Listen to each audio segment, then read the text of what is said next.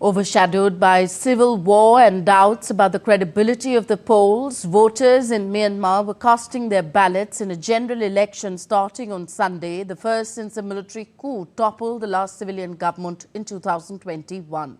The junta that has since ruled Myanmar says the vote is a chance for a fresh start politically and economically for the impoverished Southeast Asian nation. But the election has been derided by critics, including the United Nations, some Western countries and human rights groups, as an exercise that is not free, fair or credible, with the anti-junta political parties not competing.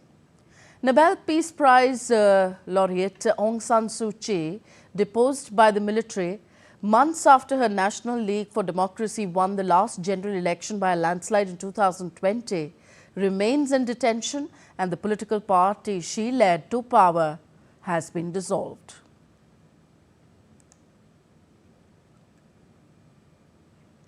Myanmar's military-led administration holding a multi-phase general election even as a civil war rages across large parts of Southeast Asian country. Now, let us understand why is Myanmar holding an election?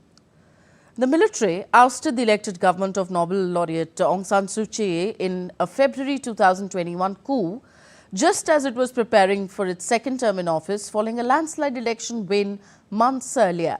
The generals accused Suu Kyi and her National League for Democracy party of electoral fraud, which she rejected. Suu Kyi and much of the NLD, National League for Democracy, were detained along with thousands of junta opponents. The junta pledged to hold an election by August 2023 and restore a democratic system. But that was pushed back as the military lost control of swathes of the country in its battles with ethnic minority rebels and anti-junta militias. The NLD was among dozens of parties dissolved for failing to register. So, voting is going on in phases. On December 28th in 102 townships and on January 11th in 100 townships and on January 25th in 63 townships, covering a total of 265 townships out of a total of 330. Junta Chief Min Aung Hlaing has acknowledged that polls will not be nationwide. Dates for counting and results have not been published. Although previous elections used a plurality system where candidates with the most votes won seats.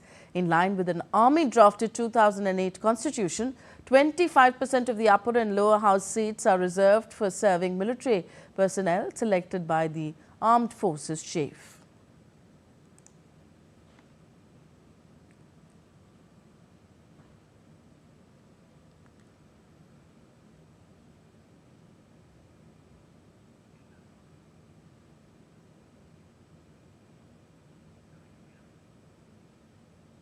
Now, let us see who all are taking part in this election. Only 6 parties are competing on a national level, with 51 contesting within a single region or state. Many parties that ran in the past 2 elections have been disbanded, and anti-junta rebels have refused to take part.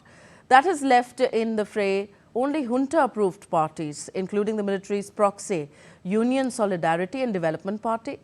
This Union Solidarity and Development Party had won last election held by the junta in 2010. This party is fielding 1,018 candidates, 5th of the total registered. Union Solidarity and Development Party, USDP, led by former generals, was routed by the NLD in landslides in 2015 and 2020 elections. As in 2010, with the armed forces controlling 25% of the legislature, and its USDP allies expected to win a large number of seats. Military will have power to influence who becomes president, the formation of a government, plus judicial and civil service appointments.